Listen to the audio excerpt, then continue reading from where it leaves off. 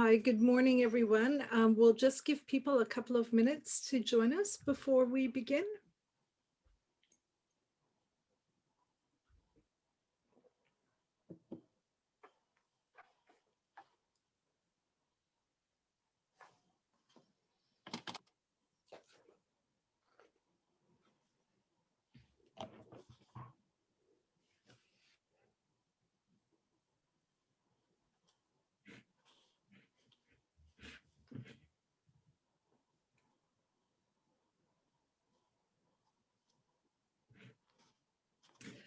Okay, so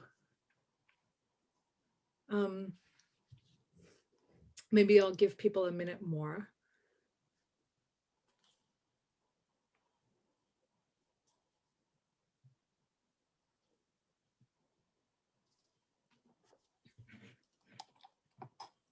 Great. Good morning, everyone, and welcome to the Festival of Ideas at SOAS. My name is Manjeet Ramgotra, and I will be moderating and hosting the session today, or chairing rather, the session today. Today's session is on colonialism, education, and sexualities, and it's a panel discussion. I'm really excited about this panel because we have four really interesting speakers who will be talking about these themes: colonialism, education, and sexualities.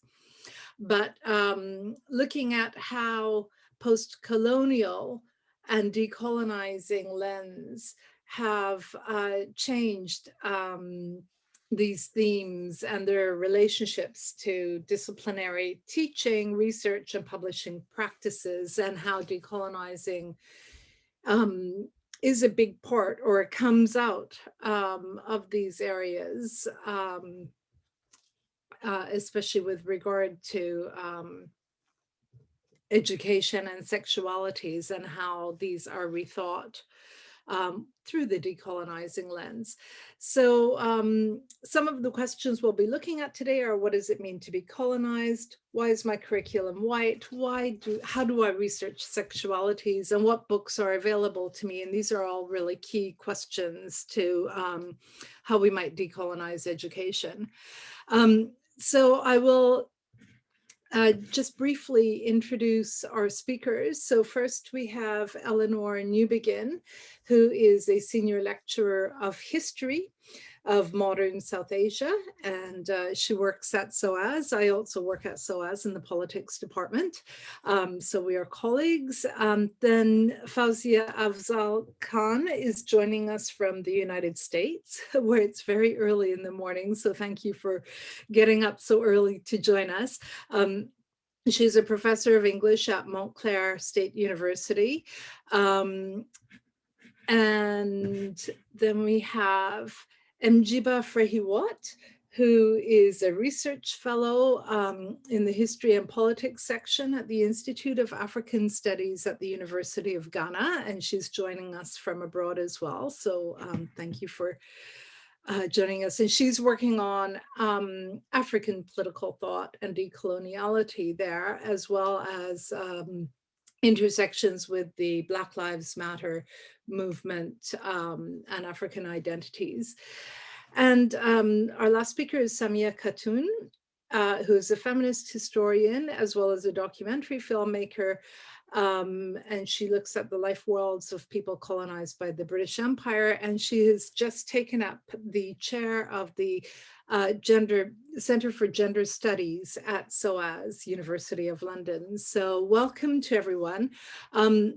One thing that all of our panelists share is the academic interest in these really interesting areas of scholarship on identity, sexuality, and education, and gender, as well as they all have a deep interest in the arts, and many are filmmakers. So I think we're going to have a very exciting panel this morning.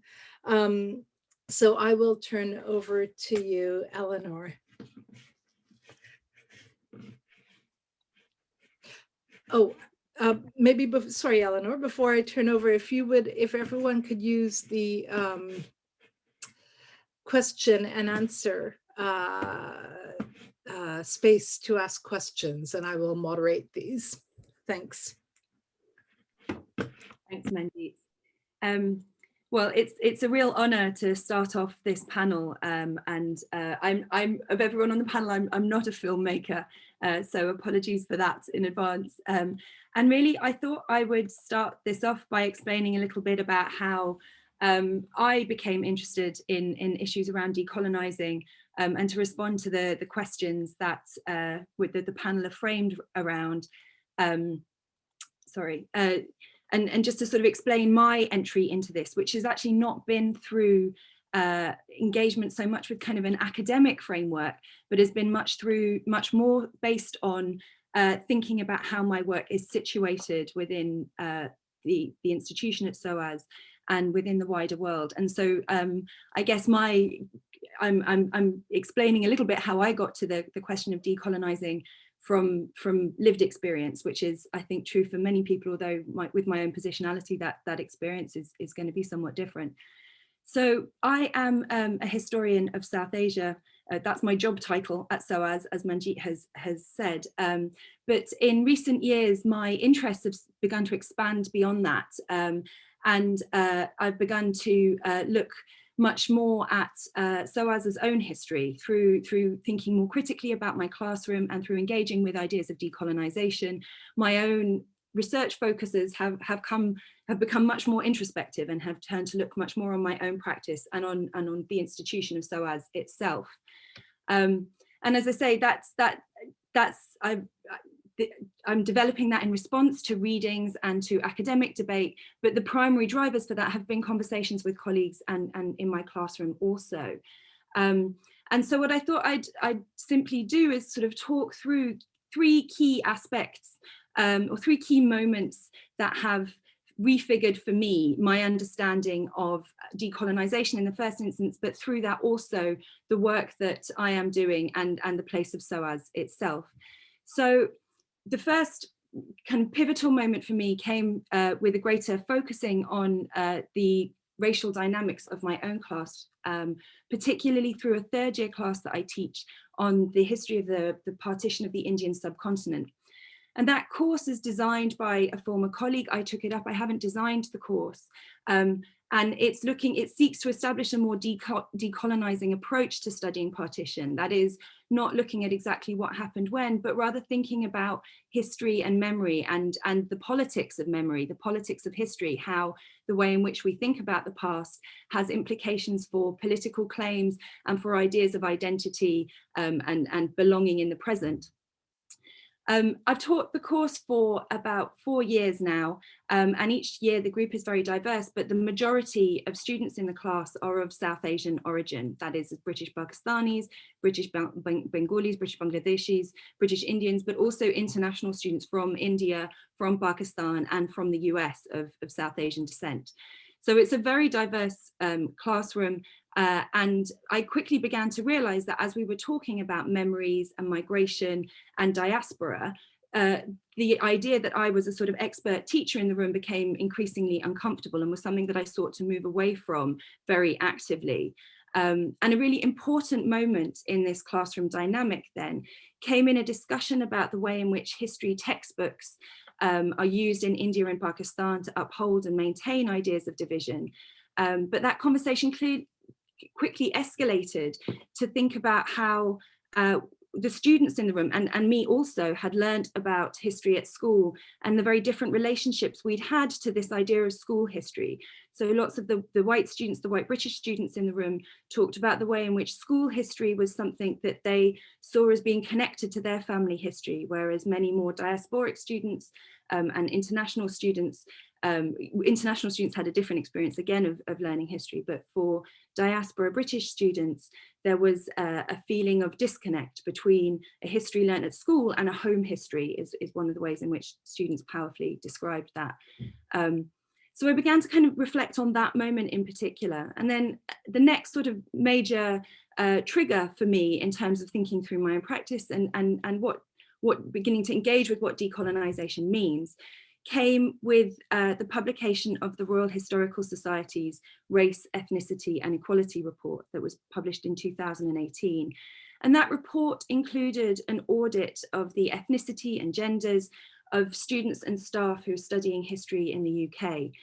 And the report's revelation, less surprising now, but at the time it was pretty stark to see the figures, is that history is the whitest subject in the UK. So while 77.3% of the UK student body in 2018 was white, 89% of students studying history in that same year in the UK were white. So far more white students were studying history than made up white students in the broader student populace.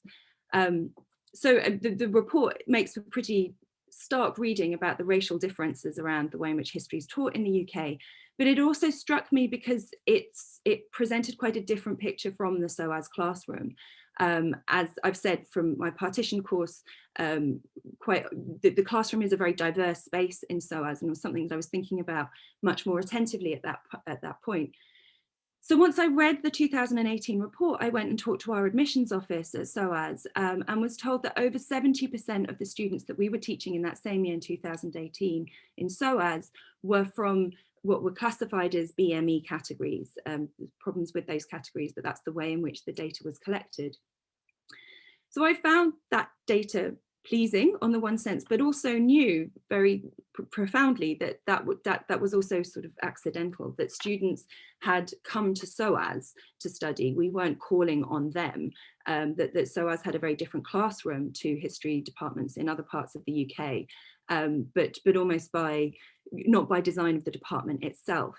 And I began to connect together the discussions I've been having in my partition classroom about how people related to history and felt alienated from school history, how British students of colour did not feel included in the history curriculum at school level, and began to talk with students and with colleagues about the desires and dynamics that had brought students to SOAS and into the classrooms in our programme. And from there, the kind of third move for me was then to think about the nature of the programme that we teach at SOAS itself. SOAS is unique in the UK, but also I think within North America too. There's been a number of studies looking at the offering of non-European history courses. And SOAS is unique in the UK in that we teach history degrees that are based on histories of Africa, Asia and the Middle East. Without explicit reference to British history, although of course actually these regions are intimately tied up with British history through histories of imperialism and colonial domination. So this leads to an interesting situation, or a complex situation, in which SOAS is based in London in a former imperial metropole, but there's no room in the program to think, in the history program, to think about that, why this school, this history department, this history program is located in the UK and not in a city in one of the regions that is taught about in the program.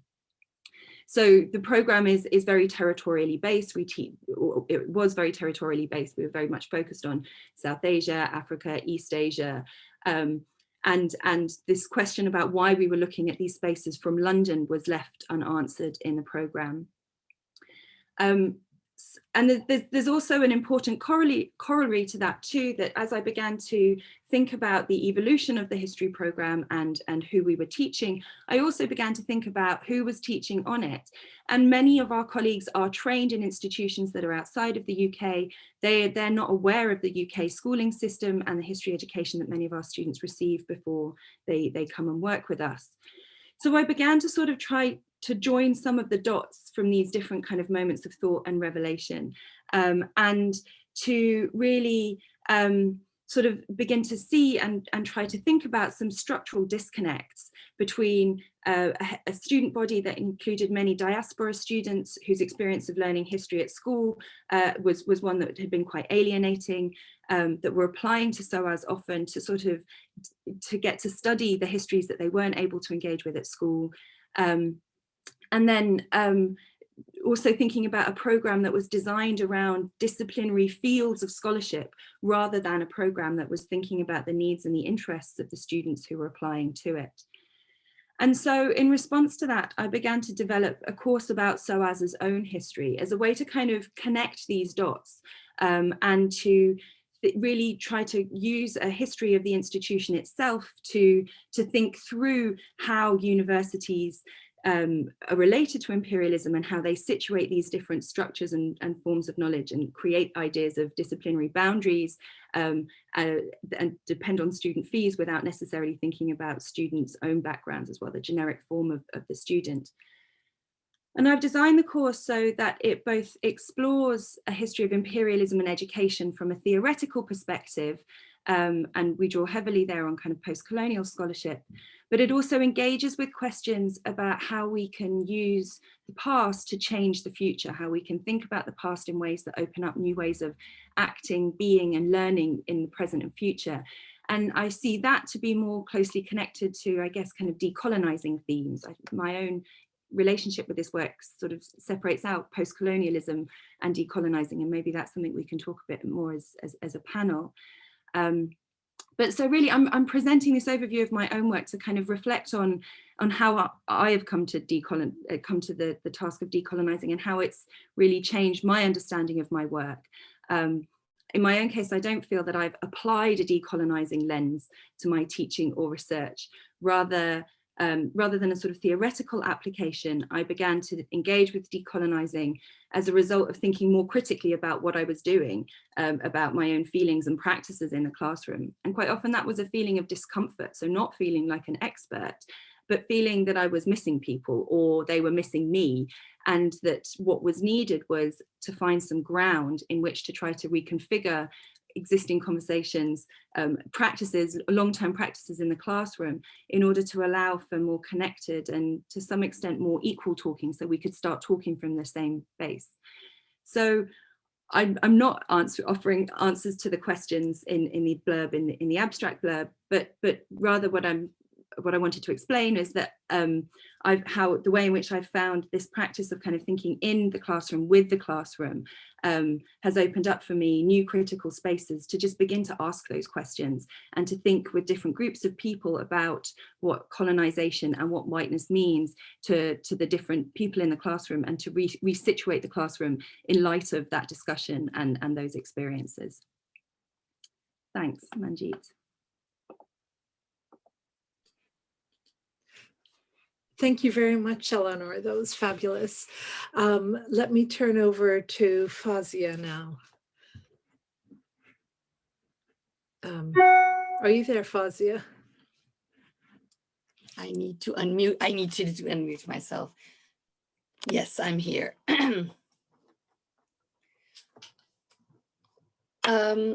Okay.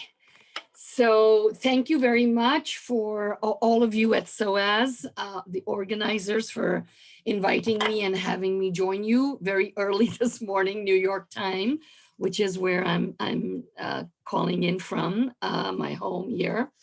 And I very much appreciated Eleanor's comments as well this morning, bringing in sort of the personal with the political and the institutional, which is really sort of the conjoining of these spheres is very much part and parcel of kind of outlining what we call positionality, one's positionality, where one is located, right? As a kind of thematic of post-colonial studies, which is sort of the field, the research or scholarly field, pedagogical field in which I'm situated. And so I'm going to offer a series of random remarks, and post-colonial as in also obviously related to the question of decolonization. Even though it has a troubled relationship with, right, what do we mean when we say post in post-colonial? So I'm just going to offer a couple of random comments that also come at these questions of what does it mean to be colonized? How do we move towards decolonizing? You know, and for me, having been born and raised in Pakistan before I immigrated to the United States, I came to study English literature, and that is my PhD field, and then went on to become a professor at Montclair State University in the state of New Jersey, which is where I am a tenured professor. So I have a number of, obviously, different locations that I occupy, both sequentially, but also simultaneously. And I want to address those in these comments, yeah, and I hope that they will make some sort of sense. So I want to begin by recounting, you know, this is sort of my attempt at humor early in the morning, a couple of what we might call apocryphal stories from my childhood, which have something to do with what I would call the acquisition both of language, which is very steeped in a colonial history, and the acquisition of desire, which, you know, certainly if we studied our post-structuralists, right, they go together. I've just been teaching Lacan and Derrida, or trying to, in one of my classes at Montclair State, where I have some wonderful students. And so these questions are newly fresh for me. And simply to say that they're also connected with the renewed energy of Black Lives Matter movement, the toppling of statues across the world. I mean, somehow all of this language, desire, political action in the present, which is very much tied to the past, yes, as we try to imagine better futures, all of these events are connected. So here are some stories, the two stories I promised you. My mother, who's no longer with us, sadly, never fails to fetch a laugh when, you know, from her adoring audiences, when she would hold forth on describing the moment of what she would call my first adorable utterance, which was Coca-Cola, Coca-Cola. The first words out of my own desiring mouth, which indicated supposedly my precociousness at having grasped, right? And this was actually me in hindsight. I mean, I think there was something here. The grasping at a very tender age, I was apparently only 1 year old, the ubiquitousness of the symbol, you know, and which is also the harbinger of the multicultural world that I would end up inhabiting as a consequence of growing up in an era of multinational capitalism. Because I might as well have been saying, right, America, here I come, give me your Coca-Cola and I'll give you my cultural capital. My second remarkable utterance, you know, and please take this as self-sarcasm, harkens in endless regression to an originary moment that perhaps never was, because of course we know through, again, European or continental post-structuralism can never recover origins, or at least it was, or we can never recuperate those moments, right? But it is a moment that continues to haunt what we might call our post-colonial present, in which we are still engaged with the long durée of colonialism, which has shifted into imperialism, and you know, it certainly haunts our present. And so that statement of mine, that second utterance, was, I want to speak English. What a declaration of desire, because to this day, you know, whenever I think of my mother, either proudly or sarcastically, depending on her mood, whenever she would repeat the story, to my embarrassment, I would be besieged. I still am besieged with a mixture of feelings, both of confusion and anger, but also of loss. As I remember the Irish Catholic nuns who were my first educators, because I attended in Lahore in Pakistan, in a Muslim majority country, something that was not unusual for, you know, children of middle class, you know, households to attend Catholic schools. So mine was the Convent of Jesus and Mary. And then I smile in fondness, gratitude, and bemusement, right? So it's all mixed in, the anger and also a certain level of gratitude at a history layered, and we can talk about that, with so many ironies that recovering that sense of self, right? That idea of an authentic identity, which also is part of the charge of this idea of decolonizing. To me, it seems like an onerous, if not downright impossible quest. Can't be done. Here's a poem that I wrote a long time ago. It's called The Postcolonial Aura Part 2, and is a kind of tongue-in-cheek rereading of an essay by a postcolonial scholar called Arif Dirlik, and that was the title of his essay. So here's my attempt at a bad poem. This Anglophilia is most unbecoming for one who purports to be poco loco. Oops, sorry, what I meant was really PC, as in post-colonial, not politically correct, as in on the margins, forever recollecting those emotions in anger. For Wordsworthians here, you might appreciate that reference. Those emotions in anger rather than tranquility, right? At whom should one fire these cannons of mere words? And here my references to the the canonical structure of English literature into which I was being inculcated as a formerly colonized subject, or a subject from a formerly colonized land. So at whom should one fire these cannons of mere words? Like peppers in tight jars turned sour long ago, one could eat them with dal, some bean curds and rice. I believe one could even find them at Selfridges and Marks. This black skin, white mask thing is overrated, I fear, after all. We are the center now, so just hear us roar.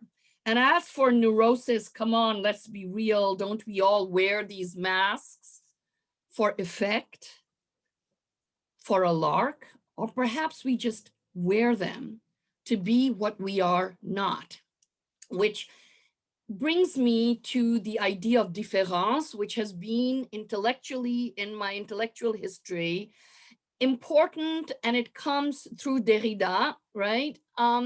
In helping me think about how to adapt it and kind of pluck it from its very, in a way, Eurocentric roots, right? And make it work for me in my own intellectual trajectory as a researcher, scholar, thinker, within this discipline that I started out in, which was English, and the language of desire that was very coming to me from its very colonial roots. And so I want to acknowledge that I'm sitting here in my house on the lands of the Sing Sing First Peoples, after whom my town is named.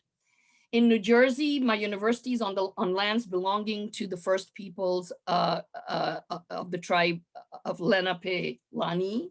And I must acknowledge this because that to me is part of that concept of différance, the Derridian différance, which is an element that makes one's own, land and reality possible, right? Meaning, which actually makes meaning and significance possible, signification possible.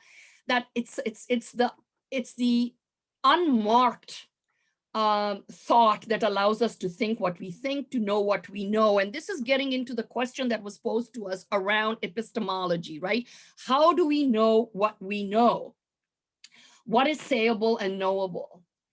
And here, for example, to bring something abstract to something concrete, is that at the Convent of Jesus and Mary in Lahore, my grounding, right, that ground that has gone unremarked, which was not questioned, was in, let's say, Shakespeare studies, where we studied one play for 2 years. And I'm both grateful for that, but also it's something that we never questioned. And it led to, for me, later on as a scholar, beginning to examine the question of cultural imperialism, right? Which is then part of my own decolonizing and trying to think through what decolonialism would mean in terms of thought, in terms of language. And so that was the title of my first book, and it came out of my PhD thesis. And that was my PhD thesis, where I looked at this concept in, in the context of writers that I was writing about who happened to be South Asians writing in English, right? And another such space to which it is connected to the present then is the notion of white privilege, as described by Robin DiAngelo in her book, which is the centering of whiteness, right, as a space of privilege without any awareness or acknowledgement by those who occupy that space of power, simply by virtue of identifying or being identified as members of a white race. And we know that race is, obviously a construct, but nevertheless has real life, effects and confers systemic privileges. And where one of those privileges is the freedom to run in a neighborhood without fear of being shot by the police, right? Or wondering, frankly, why there's no white food aisle in the supermarket when there are aisles of food called ethnic foods. Like, what's all that about? To me, that is tied up with that notion of différance, which I kind of think about when I try to create these questions, right, for myself, for my students, in terms of thinking about decolonial practice. And so, as Derrida said in an essay called Who's Afraid of Philosophy, that philosophy itself, Western philosophy, right, needs to be deconstructed. And it is coterminous with, that deconstruction is coterminous with the with decolonization, the processes of decolonization, where, and they are interminable. They have to carry on and on and on. We're not at any end of history, right, where one can say that these questions are resolved. It's simply, for me, a way to think about how, right, and this is what decolonization to me means, is that we have to continuously disrupt business as usual. I mean, in order then to create the space, right, as Walter Mignolo, a very well-known post-colonial theorist, has said, is to reconstruct. So the deconstruction has to make room for a kind of reconstruction of non-hierarchical and what has been called inter-epistemological exchanges, right? Where we can really look at and hold in our worldview multiple knowledges and multiple knowledge systems, yes, which has not been the case in a colonial system of education, which went hand in glove with the actual physical, phenomenon of empire, and continues really to this day through that language of desire that even those of us who are becoming conscious of it still hold. How can, the fact is that there is such a thing as indigenous poetics, right? That comes from formerly colonized spaces that we need to attend to as part of that endeavor to create inter-epistemological exchanges, to kind of level the playing field, if you will, which is part and parcel of decolonization. And we just often still don't know enough about those other knowledges. And I wanted to mention here a colleague of mine, Pramila Venkateshwaran, who has written about indigenous poetics, for example, as existing in the work of Tamil poets from South India, and certainly a strategy used by Dalit poets who are at, in terms of the caste system in India, at the bottom of the totem pole.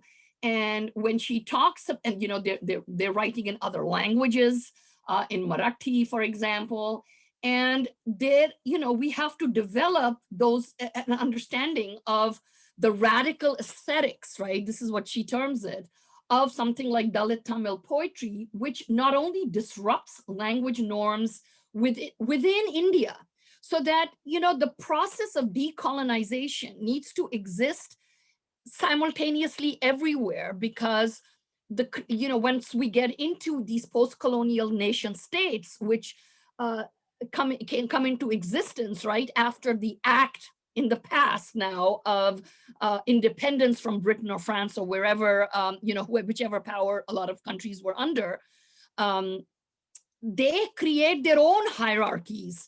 And so one has to simultaneously critique that baggage of empire, but also the baggage of nationalism, which is the baggage also of nativist patriarchies. And so a lot of my work is about doing this both and work in my own work. And so for example, and I have a recent book out in which I look at the question of sexuality, of class, of religion, as applicable to understanding and kind of sort of understanding the work and the contributions, particularly of female performers in my native Pakistan, in ways in which, I want to challenge the monolithic way in which a lot of Western work and Western, the framework, the framing of women from Pakistan and other Muslim lands is forever oppressed, to challenge that narrative, which is really, so problematic and Islamophobic, and is kind of a consequence of empire and imperialism in our days. But I have to also challenge the local norms, the patriarchal and nationalist and Islamist norms that try to impose those hierarchies on female citizens in this example, in my book, for example, and particularly women who are performers and within an Islamist imaginary sort of stand for a sexualized space that is very other. And so that too has to be challenged in this movement of decolonization. I've taken up a lot of time. I had more things to talk about, and particularly also in terms of pedagogical practice, which I will end there. But certainly, one of the questions that we were asked had to do with, why is my curriculum so white? And it's a very good question, and sadly, still a very pertinent question, despite all of this work done by this discipline or, of postcolonial studies that came into being, right, to challenge whiteness in a way. And but we're still, and we see this in the cycle of politics, like you make some advances, it's like moving one step forward only to move 2 steps backward. And I'll just end with an example of, pertaining to my own university setting and, talking about, I'm putting an incendiary device in dominant discourse, to quote a well-known postcolonial theorist. That's what we can do. And when we create curricula, we have to be cognizant that, for example, departments of English can and have been very canonical and traditional, and therefore, ideologically tied up with the, with empire. And how do we do that? We have to make room not only to include other voices, but to challenge the very construction, right? That difference that underlies the construction of these departments and programs that never look at how they came to be in the first place. I mean, what is taken to be absolutely like the norm, you don't question it. So I was engaged a couple of decades ago as a new or a younger faculty member in a radical revisioning of that overly white curriculum of English studies. And we came up with something quite progressive, and in fact got rid of requirements in Shakespeare studies or Milton studies. I mean, they were there. We didn't get rid of the courses, but we allowed students to start thinking about maybe developing other pathways of knowledge in keeping with the decolonial methodology. But, that progressive vision somehow over the years, as some of us left the university who were involved in that, or just went to sleep maybe, napped on the job, can't afford to nap. that curriculum has been completely overturned, and we are back to a very traditional canonical curriculum. And there is no post-colonial studies, despite my having been there for 35 years almost, no post-colonial studies track. I mean, I find, and I'm glad that some of my newer, younger colleagues are listening and they are thinking about this. And I've been telling them, we've got to, I mean, how did this happen? I mean, I went away to do other things. And like I said, some people either died or left, and, you know, we're back to square one. So you have to stay vigilant. You have to, it's, you know, people do what is most comfortable to them. And I think that is the way in which empire reasserts itself continuously in different ways. I just wanted to ask, to bring up my, you know, Danny, if you could just bring up quickly this image that I have. I'm engaged with a colleague from a different university called Strike. You know, well, he's actually getting a PhD at UC Davis, but is also involved with a decolonizing imperative called Strike University, where we're really trying to challenge the idea of the university, not to tear it down in order to have nothing, but to reconstruct, right? To deconstruct in order to reconstruct something that is, you know, hopefully going to bring us to better futures that we all now know that we need. And I just wanted to share this beautiful flyer that he put together. And you can see that we're looking at things like, you know, we're calling them the pedagogy of the seed, pedagogy of water, pedagogy of the pluriverse. We have some fabulous speakers who are activists working in different communities, looking at ways that, you know, bring us closer to the earth, to the environment, to think about the kinds of damages that we have wrought in our, you know, our hunt to kind of control epistemological, you know, that drive towards knowledge, right? And mastery over the universe can't be done, and which is also part and parcel, of course, of the legacy of empire. So I invite you to join. I wanted to bring it up because you can take down the URL. Our second seminar will be next Friday. This is what you do, right? This is what we can do, is to continually interrupt the processes that seem to unfold as though by, quote, normal volition. There's nothing normal about it. We have to be abnormal. Thank you very much.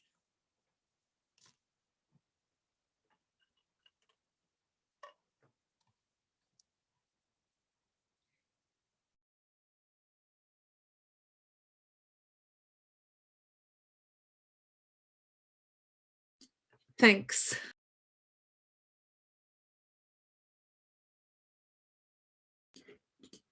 Sorry, I realized I had I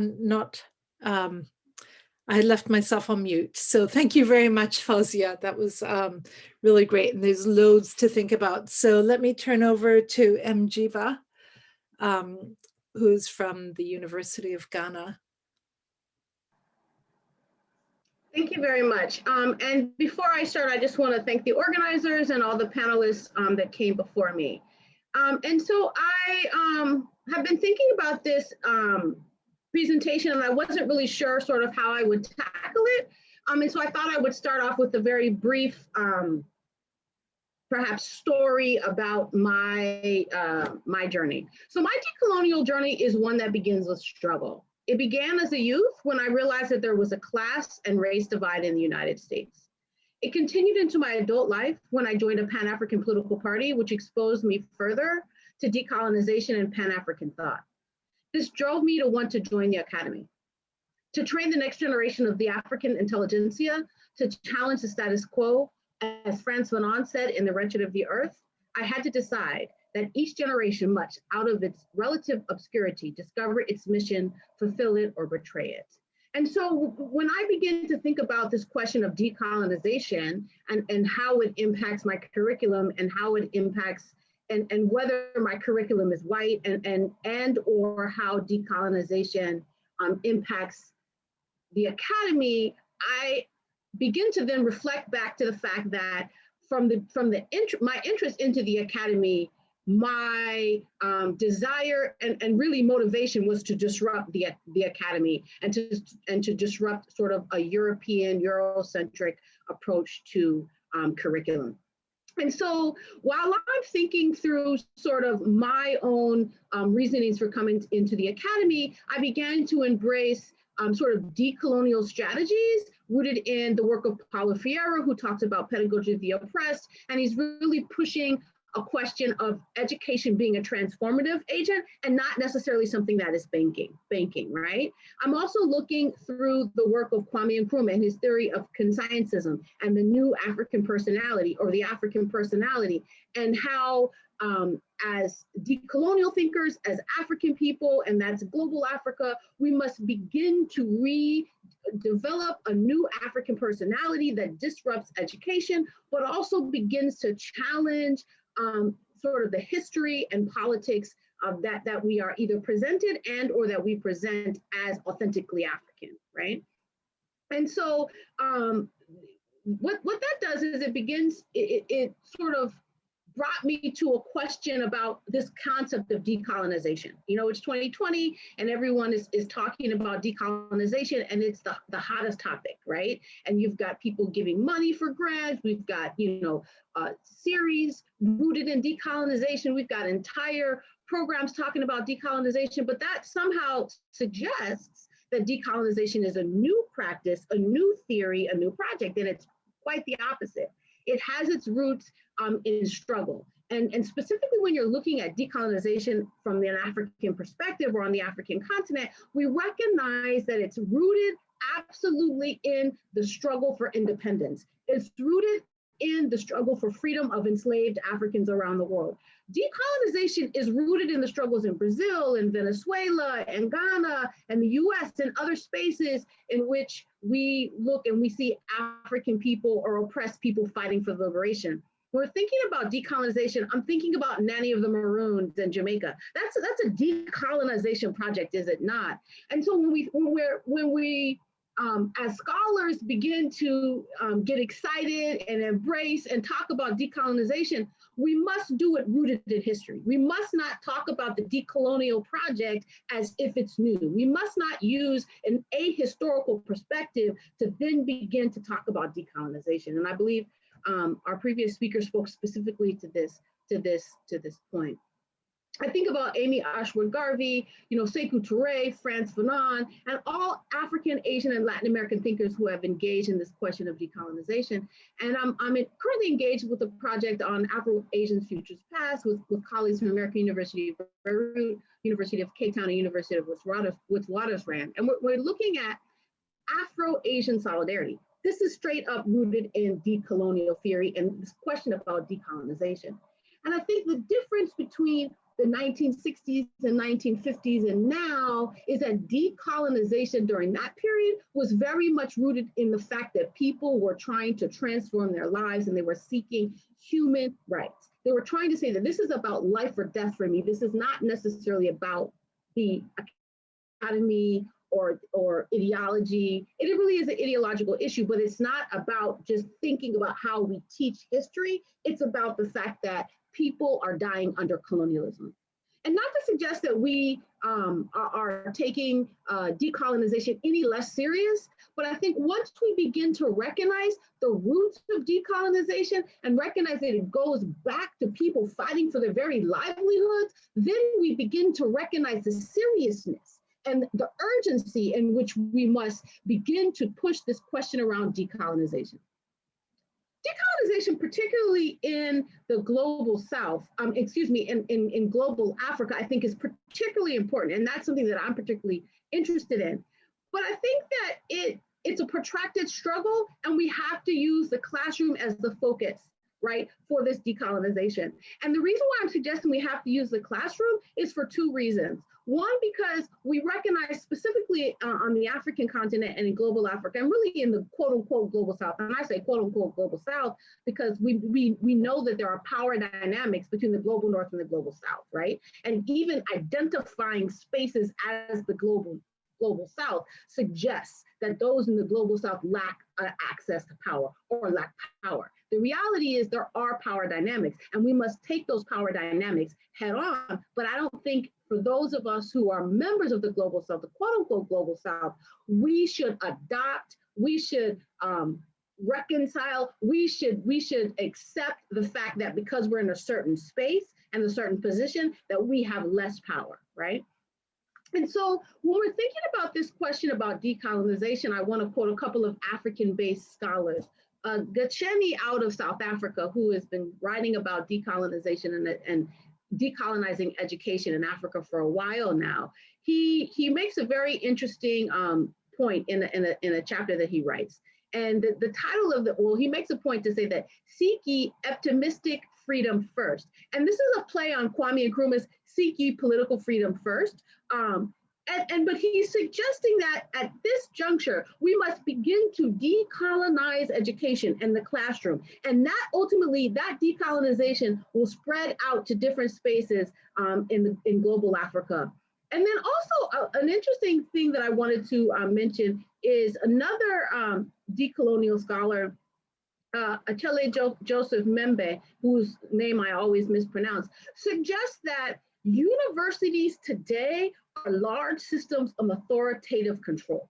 There's a question of standardization, accountability, classification, credits, penalty. He suggests that we need to decolonize systems of access and management insofar as they have turned higher education into a marketable product rated, bought, and sold by standard units, measured, counted, and reduced to staple equivalents by this impersonal, mechanical tests, right? And quite frankly, this question of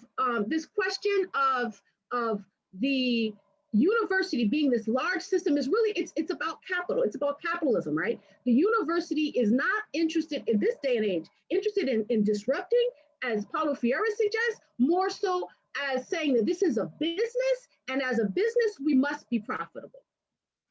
And then one of our former directors, Okoshua Adamako Opofo, she was also a former director of our Center for Gender Studies and Advocacy, and who has been in the field for a very long time. She did a lecture at Cambridge. And one of the things that she suggests is that to decolonize the university, we must engage in revolutionary work inside and outside of the university. She asks, what are we destabilizing and why?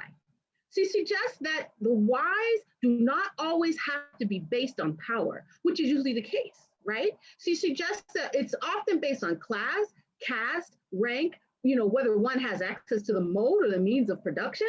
And she's suggesting that this does not necessarily need to be the case in the university, which is why we must begin to transform the power dynamics, even in the classroom. Because in the classroom, there are power dynamics about who has access and who doesn't have access, right? And Paulo Freire speaks about the fact that both the lecturer and the students all bring something to the table, and they all have a power, they all should have power in the classroom. And then I'm gonna just quickly go, because I have about 28 seconds left, and I certainly want to stick to my time. There's two things I want to suggest. Kwame Nkrumah in the Handbook of Revolutionary Warfare, he suggests that Africa, and really global Africa, the global South, or just the world, or even your campuses, we need to begin to evaluate Africa from a three-zone perspective. He says there's a liberated zone, which is really the zone we want to be working in, a contested zone, and an enemy-held zone. And certainly people can go and they can look at Kwame Nkrumah's work to find out what those zones are. But I would suggest that we need to begin to develop liberated zones inside of these universities. And I would say that here is what a liberated zone would look like on a university campus. One, it has to be dedicated to decolonial knowledge production. Two, promote transformative education practices. Three, have a progressive administration with high levels of academic freedom. Four, have student organizations that dominate the public space. They also have a role in the management of the university.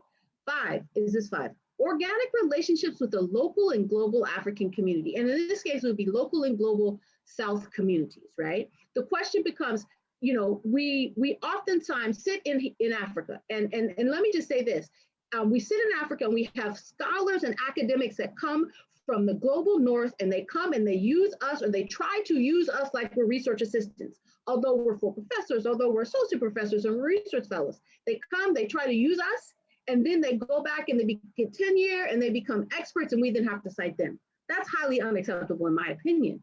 So scholars in the global south, or academics in the global north, must fight back against this power dynamic and this neo-colonial approach to education. And I have two things and I'm done because I know I'm over my time, I apologize. Research and teaching must be anchored in African-centered theories and experiences. And you can change that with Asian, you can change it with LGBTQI, you can change it with whatever community in which you're serving. And then lastly, I would suggest that economically, we must be separated from neocolonialism. This is a difficult one, and this is hard. We know many universities are getting funding and grants from neocolonial institutions. Many institutions are neocolonial themselves. And so we must then begin to say, how can we find small liberated zones inside larger neocolonial institutions and safeguard that space, and then fight for other liberated zones within those institutions, and then draw linkages and connections. Last story, and then I'm done. Shirley Graham Du Bois, who is an amazing Pan-Africanist, activist, communist, world traveler, and internationalist. I'm writing a chapter on her on this, a book that'll be coming out sometime next year. I'm writing a chapter in an edited volume. I'm not the editor. And in doing research, I'm looking at her role in the Pan-African movement. And so she's invited, so everyone knows, if you don't know, let me just give you a quick notice. So after the coup d'etat in Ghana in 1966, her and W.B. Du Bois had repatriated to Ghana, and she was jailed. She was then released from jail and then moved to Cairo because she was in exile for Ghana.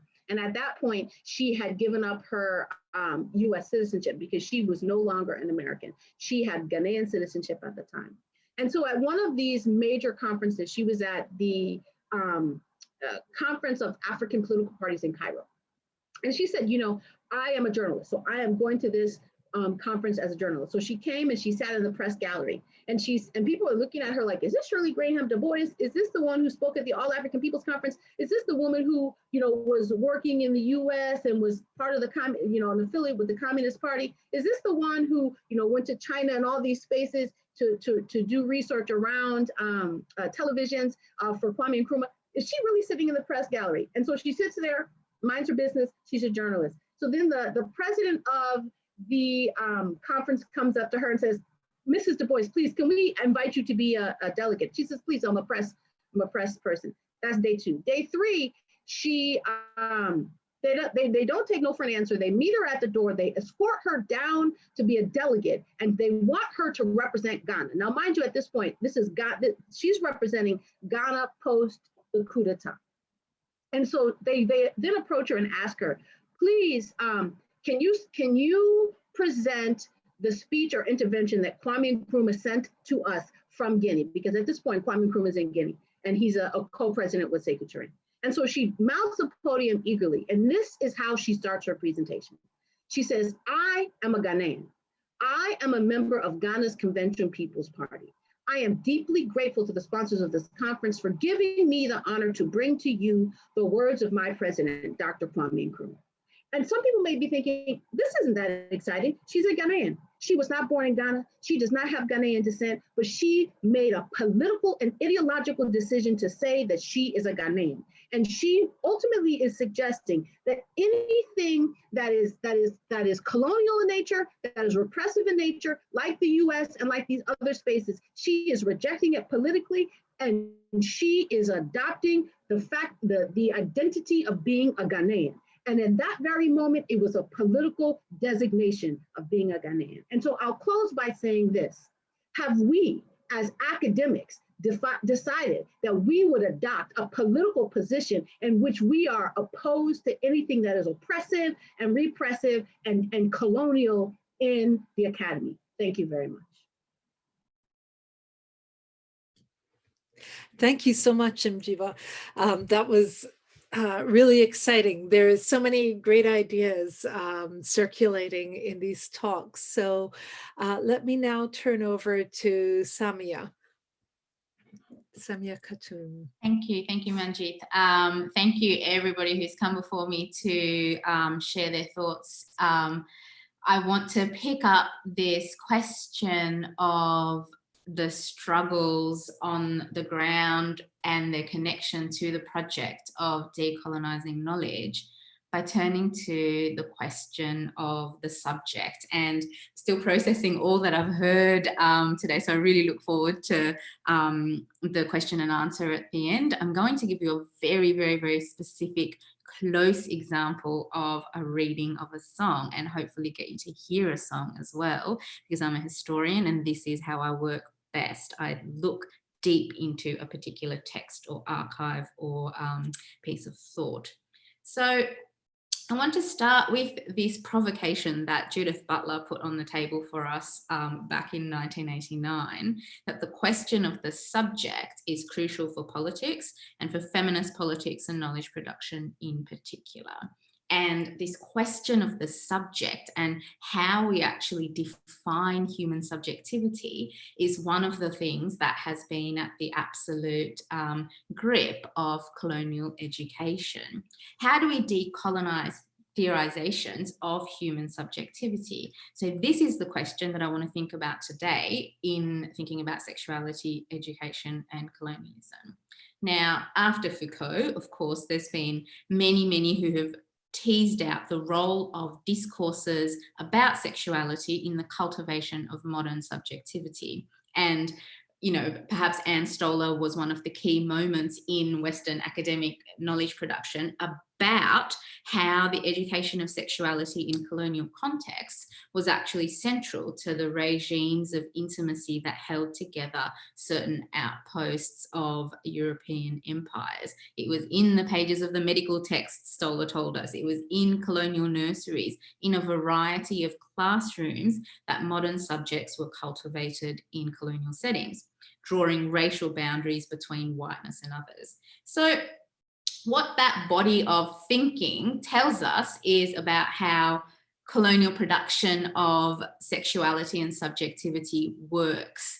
What it doesn't give us any clue about at all is how non-European epistemes and non-European discourses actually work. And here I'm not making any kind of claim that non-European knowledges sit outside of colonial modernity. That's not my aim here today.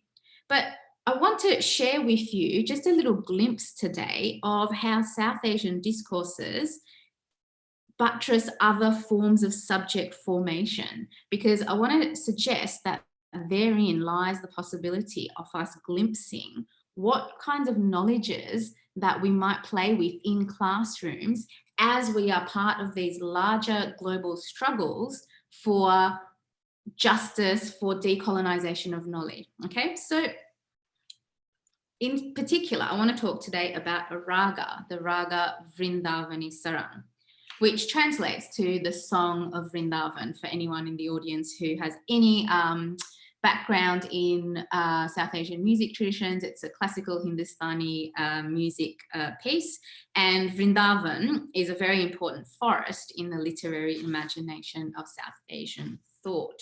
So firstly, what is a raga? A raga is just a melody. It's a composition consisting of a particular combination of notes, and the particular Vrindavani sarang that I want to tell you about today is embedded inside a story. Often ragas are, you know, very deeply embedded in a story. So the story goes that this is a song that was played in the forest of Vrindavan by Krishna on his flute.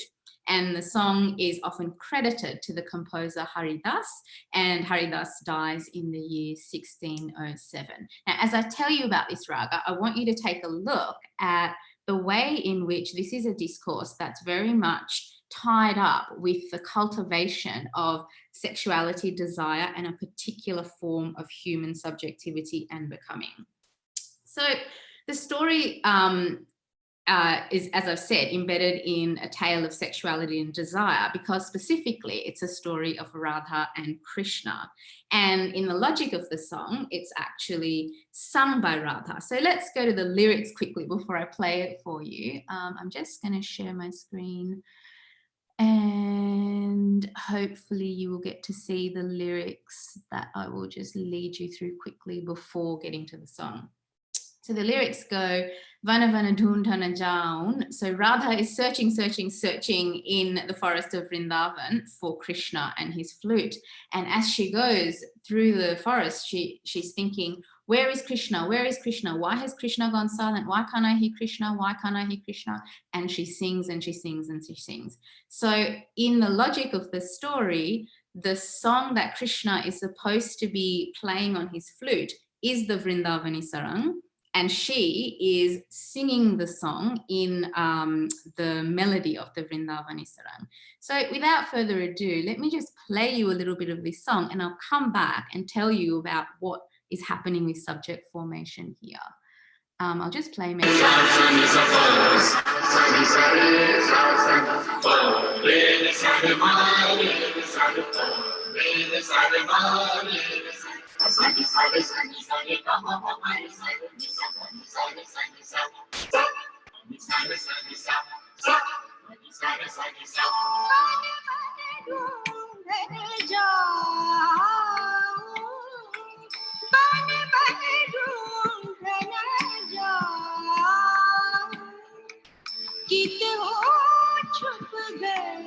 Krishna Murari कित हो छुप गए कृष्ण मुरारी बन बन ढूंढन जाऊं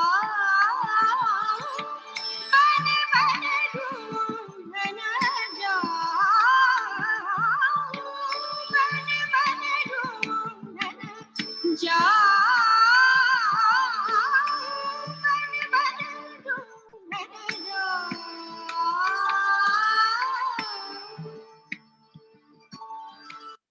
So I might just stop it there and tell you a bit more about what is actually going on in this particular song. So what is absolutely fascinating here is, and it takes you a little while to actually get, if you, when you first hear the song, you might not actually understand the deeper stuff of what's going on. You actually have to really sink into what's going on.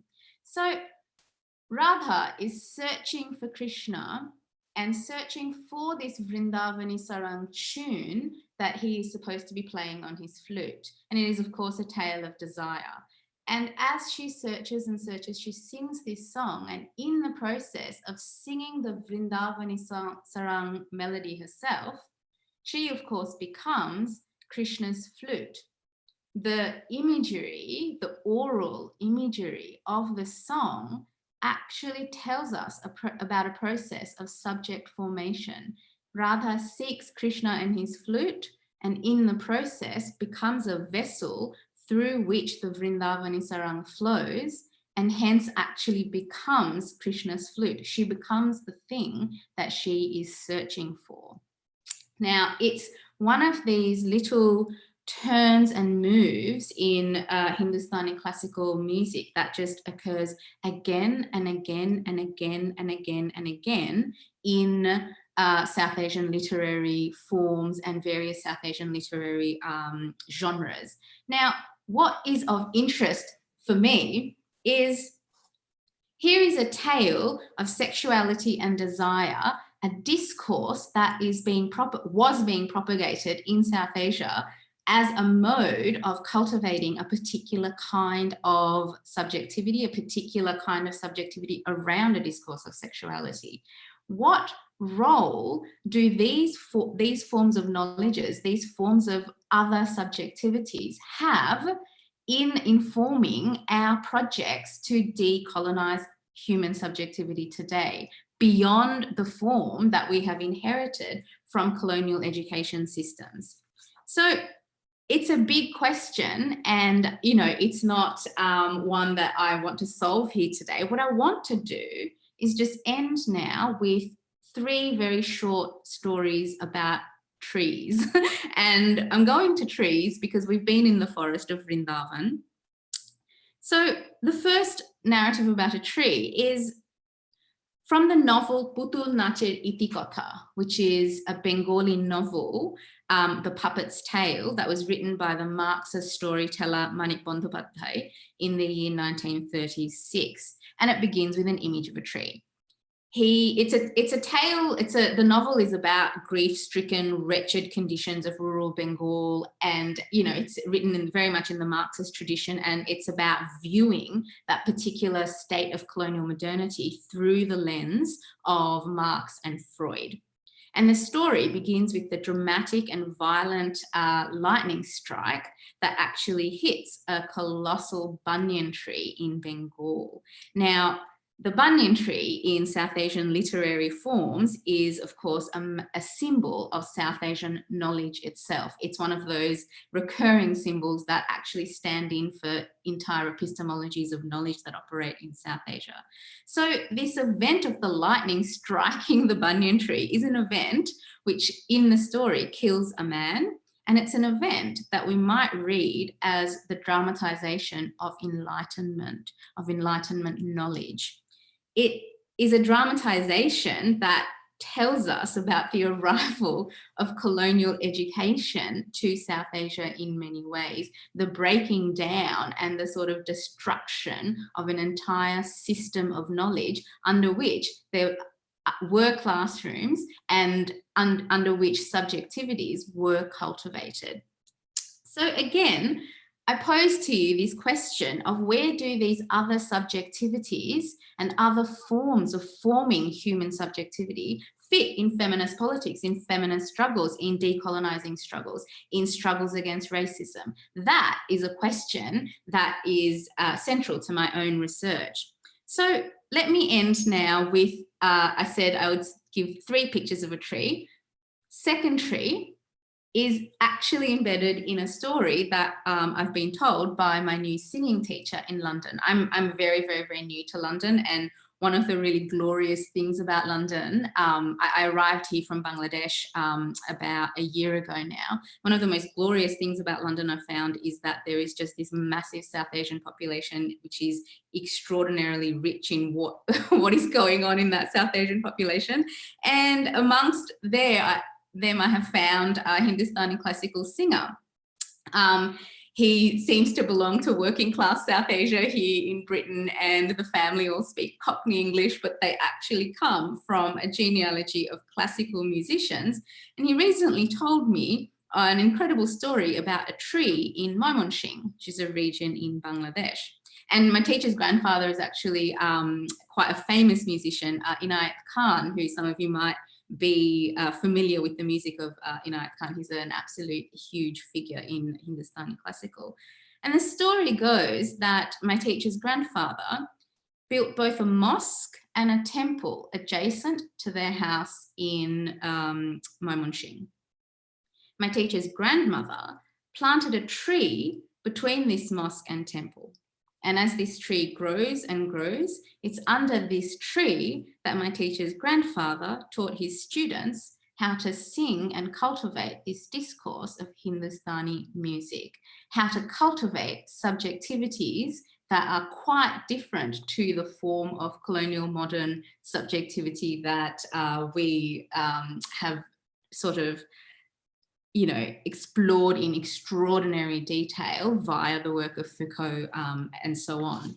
So what I want to suggest to you is that these forms of discursive production of subjectivities that belong to the once colonized world are actually still very much in play in spaces like South Asian London, in spaces where people are passing on these discourses. What relationship do they have, again, to this question of how do we decolonize human subjectivity today. So my third very brief story about the tree is during lockdown, I've worked out that one of the most glorious things you can do is continue these singing lessons with my teacher, but actually travel to bits of London and find trees to sit under while we do it on WhatsApp. So I've been at Greenwich Park under those gorgeous, beautiful trees that, were planted in 1610. And there I've been learning, not yet Vrindavani Sarang, because that's really, really, really quite a lot further down the track. But there I've been learning Hindustani classical, and there is an epistemological space there that is actually still alive today. In Manik Bandyopadhyay's tale, the tree dies when it is hit by lightning. I don't believe that this system of knowledge has actually died. So the question that I would like to pose to the group is, where do these forms of knowledge and forms of other subjectivities fit in with this project to decolonize the subject? Thank you. Thank you, Samia. That was also very inspiring and really excellent. So I would like to open up the floor to questions. I cannot say how wonderful all of your talks have been. And just before I move into questions, I also wanted to relate that I'm also from Canada, from Saskatchewan, and I was brought up there and have a deep knowledge of Indigenous cultures from there, and I'm now in London and have sort of moved around. So I think, the notion of positionality and who we are as subjects that cut across all of these talks was really interesting. And also, there's this sort of one thing, the classroom and decolonizing, and how everyone has understood it in different ways, from opening up the relationship between students and lecturers or teachers, to the classroom being located under the tree, and that it is broader than simply book knowledge, but it includes experience and singing and all of these other forms of knowledge is really great. So I see that there are a couple of questions in the Q&A, so please can you put your questions in there and I will put them to the panel. So the first question is from Rubina, and it says, what's coming across is how long the history of colonial dominance and superiority has been internalized, particularly in South Asia, and persistent to this day, where we tend towards white Christian culture and education is perceived as somehow superior. The number of English literature graduates in Pakistan is quite extraordinary. Is this due to a dearth of options in education, or an indication of who's influencing the curriculum? And then I'm going to ask you the second question as well, and I will open it up to the panel. So second one is for Samia. Samia, I'm highly intrigued of your esoteric approach, the heart of and true inner self of man, being how that influences identity in comparison with other forms of knowledge that may not be conclusive to that pedagogy. As someone who speaks Urdu, Hindi, and a Shia Muslim engaged in poetic spiritual writings, enlightenment knowledge, as you said, of Allama Tabatabai, he cried when he read the Upanishad, what authors relate to your what authors relate to your talk so I can do further research? Thanks again. So let me turn to the panel now, and can I ask anyone to address these questions? Samia, would you like to begin with the last question? Sure, of course. Thank you to Zulfikar Ali for that thought. So this tale of Vrindavan is Sarang, I've actually, it appears in a tiny little one line in my book, which I would suggest that you get if you want a comprehensive bibliography of the kinds of authors who I'm drawing upon in thinking about human subjectivity and thinking about the decolonization project in this way. This is the book over here. It's called Australia Nama, the South Asian Odyssey in Australia. And this allows me to actually just tell you a bit more about why I'm taking this particular approach. And it's got to do with history, and it feeds in very nicely to what Eleanor's presentation at the very beginning, in that the history classroom has played such an important role in the cultivation of colonial subjectivities. And this speaks to the first question as well, in terms of the internalization of the superiority of white civilization is actually a story that is in a very profound way done through history classrooms, because history classrooms tell us about a tale of temporality, a tale of time that ends with white civilization. So my project has always been, how do you write histories? How do you, if the history classroom was the space where this tale is internalized, the history classroom is the place where you do the work of decolonizing that internalization, where you do the work of cultivating other subjectivities. So it's very, you know, in answering that first question from Rubina, in terms of, is this due to a dearth of options in education or an indication of who's influencing the curriculum? What I can say is, after 400 years plus of a colonization of the entire epistemic system of the world, you know, it is not surprising that the education system as we have it today is entirely about how to negotiate the colonial modern world as colonial modern subjects. Now, we had the speaker before me gave an extraordinary strong account of what it actually would mean to decolonize the university, what a liberatory space might actually look like. One of the really interesting, or both exciting and also a little bit terrifying thing to do as part of that, is to have a think about precisely how the education system, how university systems are completely tied in with systems of racial capitalism today. What actually stops any kind of different form of knowledge, different form of subject cultivation from actually taking root? You know, because then you start to see what the blockages are, but you start to see precisely why it is almost impossible to use the university system as a space that's going to be propagating these, you know, other forms of decolonized knowledge, because the university system has always been, and perhaps always will be, completely tied up with colonial machinery. However, I'm a strong believer of this idea that you can have the university system doing that, and then you can find in nooks and crannies spaces where you can cultivate other forms of thought. So I don't know if I've answered the questions there, but over to the rest of you.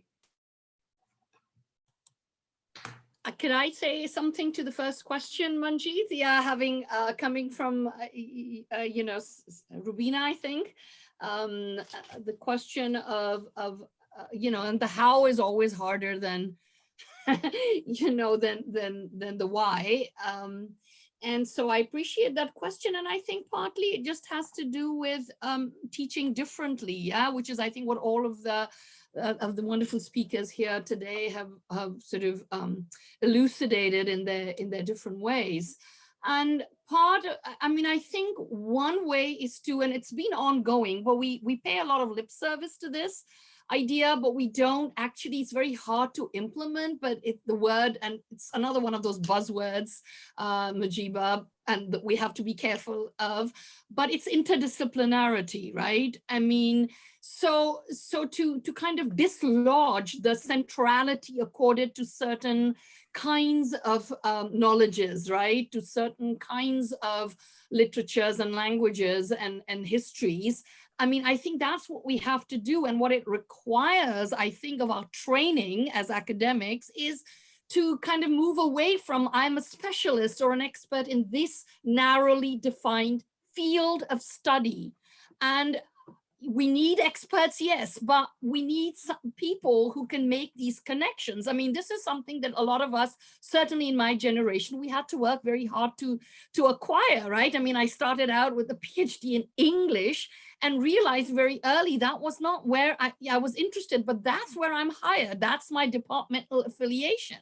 So to break against that, is important, but it's not easy to do. That's not what the structure of the university is set up to do. Even as we talk about interdisciplinarity, what do we really mean? And how do we define it so that it is in fact transformative and radical pedagogy as opposed to falling back into doing things as business as usual, right? And very quickly, one other point before I turn it over was also to say that one method is contrapuntal teaching, yeah, because you have to be, and this is an idea that comes to us from the late great Edward Said, right, who talked about the importance of teaching contrapuntally, so that when you teach something, because that is what you're supposed to, you place it alongside trans-historically, trans-linguistically, trans-culturally, and so on. And that also is a way to open up that pedagogical space, which is something that can be done in places everywhere. I mean, whether it's in the metropolitan West or the so-called margins, right? And to challenge even that kind of terminology. So that's all I wanted to say. Thank you. Can I ask Eleanor, would you like to come in on that? I wanted to pick up on the point about interdisciplinarity there too. And I mean, I wonder if actually it is about questioning. It's not just interdisciplinarity, or rather not in the way in which it's used, but it's about questioning the boundaries of your own discipline. And so thinking, kind of drawing on different methodologies from disciplines, but focusing on a particular project. And I mean, I think the point of history in all of these topics is so important. And I guess one of the things that I found very striking, just by beginning by looking at my own sort of student body and the programs that I was teaching in, was that, that actually history in the UK it's the third least popular subject amongst British Black students, at the same time when history is so centrally important to so many other forms of politics and struggles too. And so I mean, there's something about thinking about the past without reproducing the kind of disciplinary framework, the kind of subject formation that you've been talking about, Samia, in the way that history works. So there feels like a very strong need to rethink about how we're talking about the past, how we're teaching about the past. Maybe that is about kind of having the classroom there at the center. I mean, I wondered, so sort of two thoughts that I would like to throw out to other people following your amazing talks is, one is sort of, so what's happening to the classroom in COVID in one sense, because that's also producing many more inequalities, cementing old ones, but also creating new ones. And I guess alongside that too is this focus on struggle. And I think I've situated my engagement with this in discomfort. I think for reflecting my positionality, it's a different kind of encounter I've had, but it's hard. And rethinking the classroom is hard, and it's hard because you find resistance from conventional students, but you also find resistance from students who are vulnerable to systems of neoliberalism, for whom to actually push the boundaries and challenge things is itself hugely risky. And so there's also an idea of kind of joy and happiness and self-reward and kind of celebration, which I guess also maybe links back, Samia, to your idea about different epistemologies, not necessarily where we find them, but what we want to draw from them. So I kind of reflecting a bit more on that idea of struggle that's come up in everyone's talks, and about how we drive that forward at a point of huge political oppression, but also of huge, the impacts of COVID on all of our individual lives make struggle even less attractive or easy to engage with. Push us towards the comfort of imperialism. I thought that was a very good phrase. Yeah, just to interject, I completely agree with that. It's really interesting that, yes, the online classroom in the present context and how does that operate? But also I wanted to say something about this, the frame in which we work and how we do reproduce our understandings of the past. And that's precisely why I think things haven't really changed, is because we are reproducing, or we have so far reproduced, a colonialist past. And right now we're re-examining that and changing that. So in order to create a better future. But yeah, the notion too of how we frame ideas through the canon, and how that context, a very Eurocentric context in which a canon is embedded, just does not encompass the world we live in, and or all of these other contexts that exist simultaneously, as Fawzia was saying with regard to the contrapuntal. Mjiba, can I invite you to come in? Yeah, definitely. I mean, I think these are all really interesting and really thought-provoking comments about how do we sort of transform a neoliberal, neocolonial institution when you're faced with all of these both struggles internally and externally. And even honestly, in some spaces, depending on who you are, depending on whether you have tenure or not, I mean, this struggle could be like your livelihood. Like you could find yourself unemployed and homeless if you push the question of decolonization too far. So I'm certainly sensitive to that notion, right?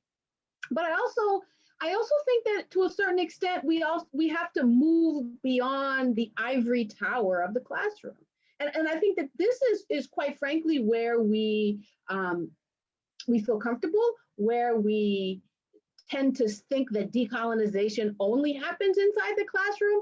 And quite frankly, we also have to look at this from a class perspective. In many spaces, those who have access to a SOAS, for example, to a University of Ghana, for example, they have a certain class position. And here's the interesting thing that some people may say, oh, well, I come from sort of disadvantaged or poor backgrounds, but the fact that you're in university to begin with gives you the opportunity to jump classes, right? It then associates you with certain class ideological framing and affiliations, and then also I know on the African side, and I would suggest it from the Asian side as well in Latin America, that to be accepted into university, there's a lot of sort of expectations of your family. You're the first person in university. You've got to think about bringing those after you. You've got to think about putting nieces and nephews and extended family through university. And so there's a lot of pressure for both students and academics to adhere to these neoliberal and neocolonial guise or parameters around education. And so I'm very sensitive to that.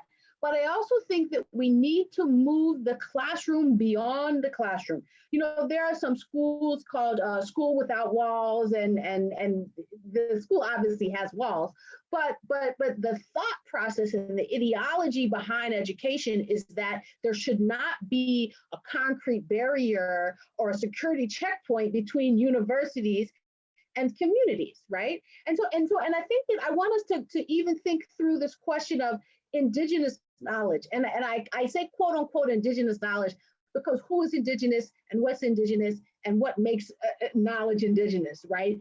And oftentimes when someone says indigenous knowledge, although many people are trying to use it as a notion of power or accepting or acknowledging that indigenous people have knowledge, why is it that we have to categorize indigenous knowledge as knowledge from folks who come from that land as indigenous versus knowledge from other spaces? What is this, right? There's a power dynamic even about who has quality knowledge and who doesn't have quality knowledge. But if we move beyond the classroom, we begin to say, so I'm in Ghana, right? And so in Ghana, you have a lot of people who use proverbs to make critical points about life and history, right? And so there's this proverb, and I always get the proverb wrong, but I've been like addicted to this proverb for like the last couple weeks. And there's a proverb that says, until the lion begins to speak, the hunter will always be victorious. And here is the fundamental contradiction in which we have. Until the masses of people begin, and the masses being wherever you are, till the masses of people begin to write their history, someone else will always be victorious. And so we'll always be reinforcing this neo-colonial and Eurocentric approach to Africa, Asian, Europe, perspective, right? And I think it's important, and I'll finish with this. I think it's important also to say that when we're speaking about this question of neoliberalism or neocolonialism or even Eurocentric sort of approaches to knowledge production, this also negatively impacts the masses of people of European descent, whether you're calling them white, whether you're calling Caucasian, whatever the case may be, right? And I'll tell a quick story. I was teaching at a university, doing like some adjunct work at University of District of Columbia in DC. And I was teaching like a diversity class, right? And I asked students to do a presentation on their culture. And so there were two groups of students who really struggled with this. There were, of course, quote unquote, Black Americans. I identify as African descendants in the US, but many people identify as Black Americans in this side. And Caucasians, white Americans. Black Americans, they struggled because they weren't able to trace their lineage before slavery, right? And we understand the history of that. White Americans, they presented as if America was their culture and that they had always come from America. And I began to ask, and then some then began to say, oh, well, my great-great-great-great-grandparent came from Ireland and so came from here. And I was like, well, if you look at, what America has done to you as a white American, it has stripped you of your culture. You can't speak your language. If you go back to your homeland, you won't even be able to communicate with anybody. These young students were looking at me like I was crazy because they had never recognized that the colonial project also has stripped them of their very identity. And so when we begin to look at it from these multiple perspectives and recognizing that everyone, unless you're in the 5%, right, in this capitalist system, this colonial project has been really stripped, then we're going to continue to reinforce this colonial project. So what I'm suggesting is we have to move to look at the students' individual position and explain to them in a very uncomfortable way, because they will be uncomfortable, about their position, about how they've been robbed, and about how they should be fighting for a different system, and also take this outside of the classroom. Could I say something quickly? Yes, thank you. Yes, so yeah, that was wonderful. I just wanted to add one thing, which is really in the end, Mjiba, you used it's the C word, right? I mean, the fact is that the system that has been in place for so long, which is, it has to be named. I mean, the capitalist economic system. So we have to bring the economy and economics into the picture. And, so we can talk about race, class, gender, but class itself is, it's an empty signifier. We've got to talk about the relations between those who have and those who have not. And to see that happening in the United States of America, as it has over the past several years, and then with COVID, seeing all of that stuff just burst into the open, where you see those intersections that have been theoretically discussed inside the classroom, right? To see who are the people who are being most affected, who are the people who are getting sick and dying, who are the people who do not have access, even as they're putting their lives at risk, access to healthcare, right? I mean, that has changed something. And I think that change is pretty profound. I mean, I hear students engaging in these debates where, you couldn't really talk about that. Who talked about capitalism? Who even thought the word socialism would be on the lips of, all these Americans in uber capitalist America. So the system is definitely imploding, and people are seeing it, and they're seeing those intersections come alive because they are affecting their lives. And so I think we really are at the cusp of change. This to me, along with all of the depression that we are all facing because of all of this, it's also a moment of change and hope.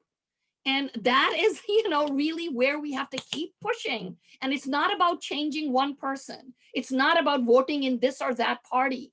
It's about changing the system. So I thank you for bringing that into our conversation, that these are not, you know, theoretical or classroom discussions. They are, in fact, the classroom is really connected in a way, I would say, right? Our theory comes from lived experience. And the second thing I quickly want to say is, and this refers to Samia's you know, presentation too, which I was very moved by, is the idea of the sacred.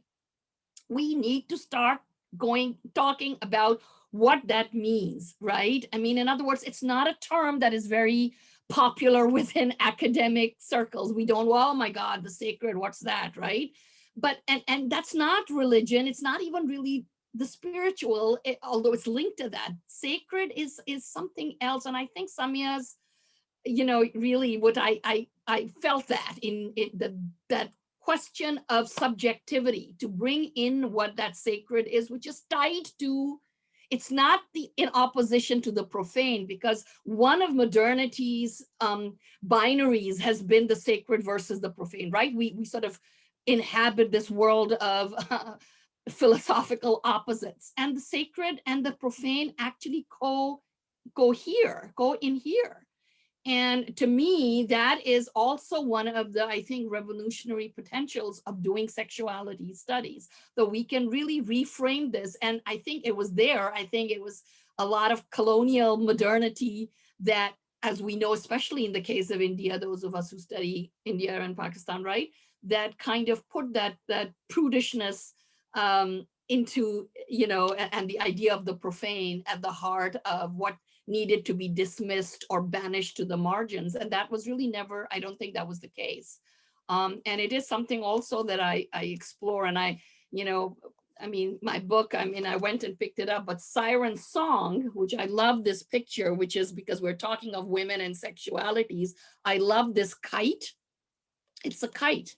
It's the women who can be, you know, let loose from the string and and can soar, right? And I think we need to think about bringing in music, which is why I loved what the work that Samia is also doing, right, into our consideration, music and music studies. Thank you. Thanks, Fawzia. No, that's great. The picture is wonderful, but it's almost like finding the sacred in the material, in the tree, and in who we are and how we relate to that natural and material world. Also, there's a whole aspect, I think decolonizing is always about challenging and criticizing. And once we stop doing that, then we're no longer decolonizing. And so for me, my mind has been, you know, I was brought up in Saskatchewan, educated in Western universities, so it was very much constructed in this. And so I really had to unlearn and unpick what I had learned in order to see things anew, which doesn't mean that I didn't use some of the methods I learned already to read deconstructing methods, you know, from Derrida and Barthes, to read philosophical texts of the Enlightenment, of the French Enlightenment, to understand how they constructed notions of the world and colonialism. So there are a few more questions in the chat. Let me go through these. I don't think our minds, and this is from Rubina, I don't think our minds as South Asians have been decolonized. Our anglicized pronunciation of our own names, I do that in particular, seeking to shed our accents, reluctance to talk about race, critique of history of colonialism. My generation still feels disempowered with universities as recently as the late 70s. Openly taking pride in their low foreign student intake. This has obviously changed today. Can we hope this is due to increased political awareness or simply universities desperate for funds? And I think to a certain extent we've answered some of that, but we can look at that in a little bit more depth. And then there's another question. Thanks to you all. Are there any examples of any other colonial institution willingly decolonizing itself? Is the university worth decolonizing? Is there an alternative model? And finally, big points from Mjiba there. Completely agree. Indigenous knowledge. I believe that we may take knowledge from technology and apply it to innovative economic solutions to serve the needs of our communities intellectually, spiritually, and with regard to education-based tech. So a magazine that considers this with the right skill set can really influence and spread righteous, fair knowledge. And then finally, could I retract the last questions? I don't want to. Okay, this from Rubina. She didn't want to change the direction the debate is taking, but I think your questions are actually very much in the direction of the debate. So let me open up the floor, Samia. I just wanted to say something which I don't know whether it will actually answer the questions, but as we're mulling on the questions, I just wanted to say something about this notion of the ivory tower and outside the classroom. I wanted to, it made me reflect, that challenge made me reflect on where this body of thinking and this project has actually come from, which has always been about all that is excluded from the classroom. Every single thing that is excluded from the classroom, that is out in communities, that is out in South Asian diasporic communities in the West, that is out in South Asian communities in South Asia, that is not allowed in the university classroom, either in South Asia or in the West, right? So it's that desire to bring that in that has sort of opened up this realization, whoa, all these things that are not allowed are actually modes of cultivating subjectivities. What is that about? So in one of the really fascinating things has been, I'm plotting precisely how it is that I connect to British Bangladeshi communities here. And, you know, one of the things that's very, very, very obvious is that these musical forms are actually not just things you can talk about in the classroom, they're actually things via which you can connect to communities and connect to groups of people in ways that actually shift and change the epistemic ground that you're meeting on. And it just reminded me that Vrindavani Sarang song, way before I understood what was actually happening in it, it's been one of the biggest methodological tools for me in my work in Aboriginal Australia. So there's been lots and lots of space, or actually one particular space, which I write about in my book, where when I've gone to Aboriginal Australia, trying to write histories that actually grapple with the brown-black dynamic in Australia, right? We are South Asians on Aboriginal land, completely complicit in the process of colonisation. So when I've gone to Aboriginal Australia in order to talk about that through this idea of other languages and other forms of knowledge that can potentially begin other types of conversations, people have, there was one wonderful, wonderful elder, Reg Dodd, who repeatedly said to me, why have you come here talking about why do you want to know about my language? Why would I tell you about my language? You'll then just go and be an expert and publish about it. And we, the Arabana people, will just be sitting here and, you know, with none of that sort of expertise and status that you in the university will have. And the one thing, we just kept going around and around and around. And then the one thing that changed the dynamic was me telling him that I was coming there in search of snippets of songs and South Asian knowledges that existed in Australian deserts, because this is stuff that Aboriginal Australians know lots and lots about because it's become incorporated into their oral traditions. And when I said this, he demanded, you've got to sing me something, sing me something. And he went and got his guitar because he's a country music singer. And I sang the Vrindavani Sarang.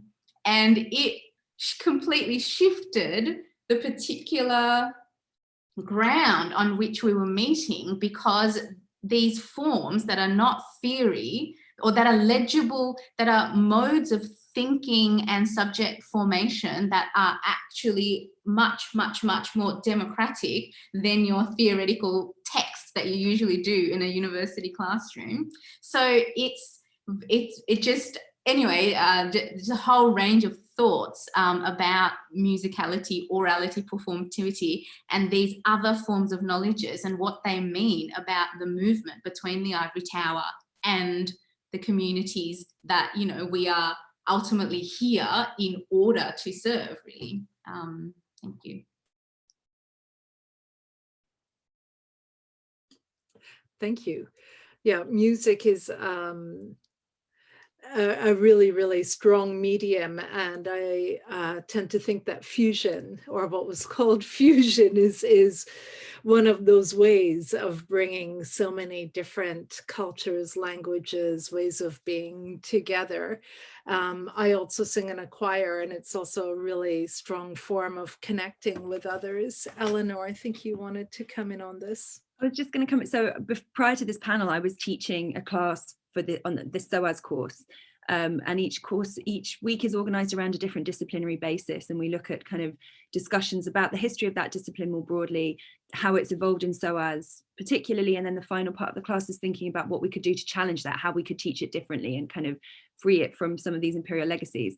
But we were talking about language learning, which of course is the reason why SOAS was set up in 1916, to train imperial officers in language learning, but also to offer skills in Oriental languages. Largely the people who took up that scholarship, those scholarship positions, were colonial subjects, largely from India. But of course in 1930, it was also Paul Robeson who came and studied at SOAS for a year. So learning African languages, and also but learning particularly kind of linguistics. And I was just thinking, there's a section, a video in which that I use, in which Paul Robeson talks about tonality and sings a whole series of songs that go from Central Asia to Africa, back to the Welsh mining songs that spread 500 years, and sort of presents it as this is the way in which kind of human beings have enjoyed sound and talking to one another. And so a man who was a major actor based in London for a year, did learn African languages at SOAS through a program funded by the Rockefeller Foundation in America to produce an idea of kind of human, I mean, he uses the term brotherhood, that's based very much on tonality and on singing and cultures of singing as they've evolved over time. Just bringing that into this conversation here is. Eleanor, I just wanted to say that was so interesting, and the idea of also, and I think this is running through all of, I'm hearing this from everyone, but the idea of really looking at popular culture. I mean, that becomes just such a source of this kind of alternative epistemology that gets otherwise left out, right? And we should create more courses like that, right? I mean, I got a course that I called Muslim Popular Culture. And the problem is we have to also think about hiring practices to take it back to the academy, and representation, right? In a very basic way. I mean, who are the people who are being hired to talk and to teach and to lecture? And what are their trajectories, and what is their body of research? So we have to also then, to go back to that, it's buried in there, the question of how to change, the institutions that we do inhabit. One of those is to absolutely press on that. I mean, when you have departments of 35 full-time faculty that are, mostly white men today, in this day and age, and, one, African-American or Black woman and one brown woman, and that's it, or one or two others, there's something very wrong, right? Very, very wrong. And look at who are we serving. And even though, yes, when we think about our student bodies, and they're becoming increasingly diverse. I mean, they are a reflection of the world that we live in. And so we have to do better. And I think one way is also the creation of courses that require people who know and are developing these other methodologies and other epistemologies.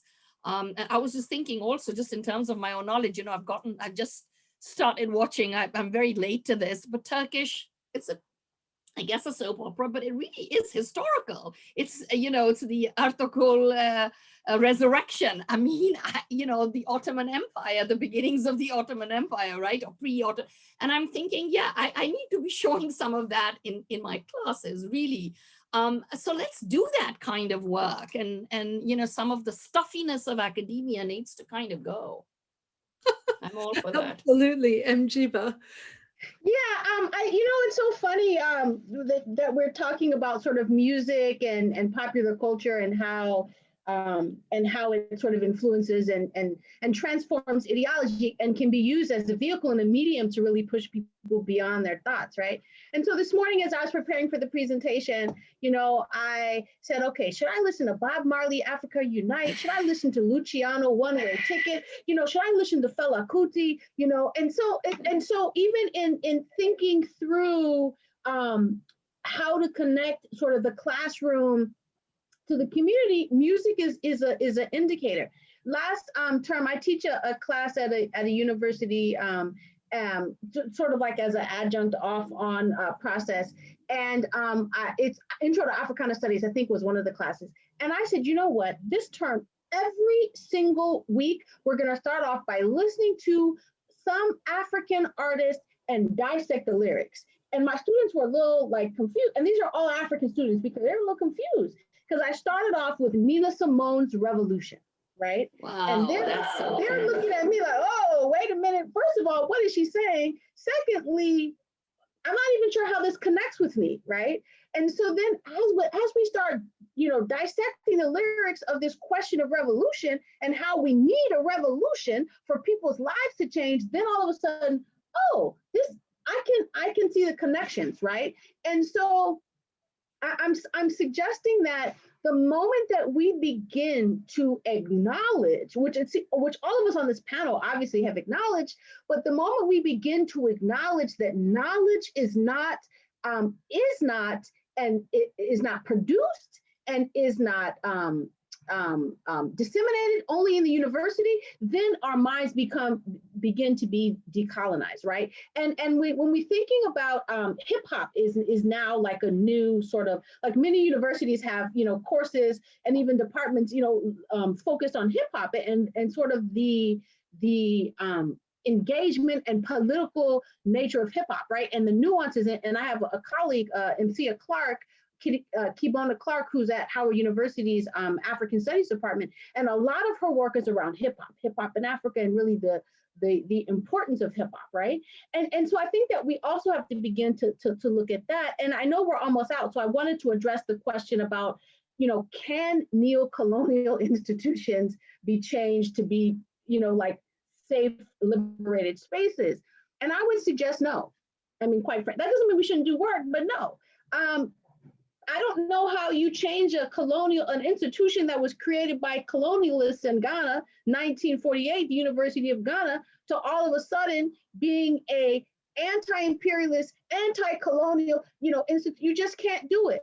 You can have liberated zones, contested zones in that university, but quite frankly, and I get paid from the University of Ghana, so I'm not anti the University of Ghana, but quite frankly, in order to have a truly liberated space, we are going to have to look beyond the university and create institutions that are authentic to knowledge production that is African, Asian, Latino people-centered, right? Or Latinx people-centered. And once we begin to do that, then we can also disrupt, because we can have these sort of quote unquote traditional or colonial legacies of education running parallel to some of these alternative institutions.